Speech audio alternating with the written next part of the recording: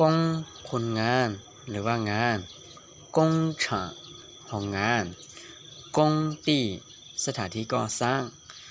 กงเฉิงสว่างการทราบกงจื่อเครื่องมือกงเฉียน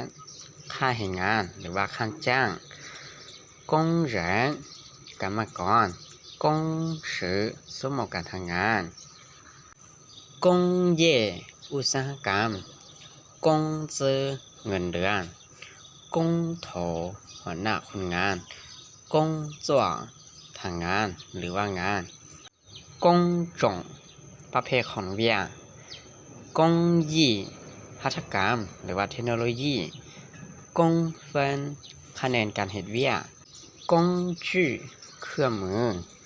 กงเฉียนค่าแรงงานหรือว่าค่าจ้างกงเหรินกรรมกรกงสือสมองการทำงาน